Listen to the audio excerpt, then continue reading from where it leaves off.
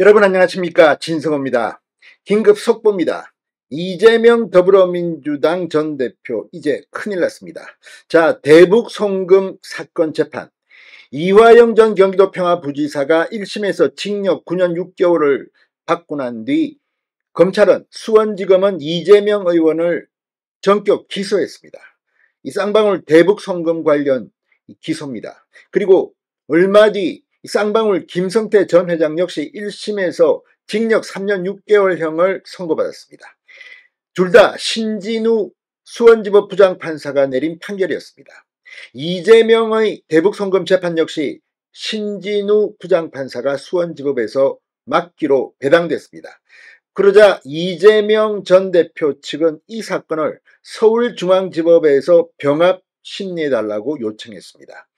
지금 이재명 전 대표가 서울중앙지법에서 3개의 재판을 받고 있기 때문에 수원지법의 이 재판 함께 받게 해달라는 겁니다. 자, 그런데 방금 전 대법원 일부의 결정이 나왔습니다. 웃기지 마라. 이재명은 수원지법에서 그대로 재판을 받아라는 겁니다. 자, 지금 이 재판 서울중앙지법에서 병합 심리를 하게 되면 시간이 어마어마하게 걸릴 겁니다. 지금 대장동, 백현동, 성남FC 후원금 의혹, 이 배인민 뇌물 의혹 재판도 지금 질질 끌고 있는데 여기에 대북 송금까지 더해진다면 1심 판결이 언제 나올지도 모릅니다. 이 특유의 이재명 측의 지연 전략으로 비판을 받아왔습니다. 대법원 일부 그러나 상당히 긴장감을 줬습니다. 왜냐하면 대법원 일부의 대법관들 4명이 있는데 그중 2명이, 한 명은 이 국제인권법 연구회 출신의 오경미 대법관, 또 한 명은 민변 회장 출신의 김선수 대법관. 자, 그래서 이 대법원 일부가 이재명에게 유리하게 수원지법의 이 재판을 서울중앙지법과 병합하면 어떻게 되나 많은 국민들은 걱정해 왔습니다. 그런데 방금 전 결정이 났습니다. 수원지법 신진우 부장판사가 하라는 겁니다. 지금 더불어민주당은 발칵 뒤폈습니다. 진성호의 융단 폭격 시작합니다. 이재명 전 더불어민주당 대표를 융단 폭격합니다. 방송에 앞서 아직 진성호 방송에 구독자가 아니신 분은 붉은색 구독 버튼 눌러주십시오. 더 좋은 방송으로 보답하겠습니다. 자, 이 대법원 일부의 결정을 앞두고 서울중앙지검은 이례적으로 입장문을 전달했다고 합니다. 반대 이유서입니다. 대법원과 서울중앙지법에 반대 이유서를 낸 겁니다. 그 이유는 재판 지연의 작전에 말려들어서는 안 된다는 것이었습니다. 그러니까 서울중앙지법은 대장동, 백현동, 성남FC 판결부터 빨리 해라. 그리고 수원지법이 그대로 하라는 겁니다. 자, 수원지검 역시 반대 이유서를 제출했습니다. 마찬가지 이유입니다. 자, 대법원 일부가 이를 받아들인 겁니다. 이재명 피고는 이제 수원지법에서 재판을 받게 됐습니다.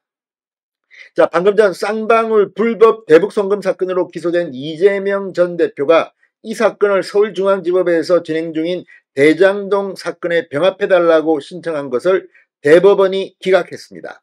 대법원 일부 주심 서경환 대법관은 방금 전 이재명 전 대표가 대법원에 신청한 토지관할 병합 심리를 기각했습니다. 형사소송법은 토지관할이 다른 여러 사건 재판이 각각 다른 법원에서 열릴 경우 상급법원 결정으로 사건을 한 법원에서 병합할 수 있도록 규정하고 있는데, 이 대북 송금 사건은 수원지검이 기소해 관할법원인 수원지법에서 재판이 열릴 예정이었고 재판장은 신진우 부장판사였습니다. 그런데 신진우 부장판사가 이화영, 김성태에게 모두 1심에서 징역형을 때린 사람입니다. 이재명 피고는 이걸 걱정했는지도 모릅니다. 이재명 전 대표는 지난 1일 서울중앙지법에 진행 중인 대장동 위례 성남FC 백현동 재판과 병합해달라고 신청한 바 있습니다. 대법원은 신청 2주 안에 이를 기각했습니다. 이 별도 기각 사유는 밝히지 않았습니다. 대법원 관계자는 토지관할 병합 여부를 결정할 때에는 피고인의 이익, 사건의 규모, 재판 진행 상황 등 여러 사정을 고려해 종합적으로 판단한다고 설명했다고 조선일보는 보도했습니다. 자, 앞서 서울중앙지검, 수원지검 모두 이재명의 병합 신청에 대해 이 서울중앙지법 재판부가 심리하는 사건과는 전혀 무관한 대북 송금 사건을 병합해달라고 하는 것은 오직 재판 지연과 선고 회피를 위한 것이라고 반대 의견을 냈습니다. 법조계에서는 불법 대북송금 사건으로 이화영 전 경기도평화부지사에게 1심에서 징역 9년 6개월 중형을 때렸던 수원지법을 피하고 재판을 지연시키려 한 이재명 전 대표의 전략이 먹히지 않았다는 평가가 나오고 있습니다. 자, 수원지법 형사 11부 재판장 신진우 부장판사가 이제 이재명의 재판도 맡게 됐습니다. 이재명 중형을 선고받을 가능성이 커졌다는 생각이 듭니다. 한 부장판사는 조선일보에 이렇게 말했다고 합니다. 이재명 전 대표 사건 재판의 지연을 방지하기 위해 대법원이 기각했을 것이다.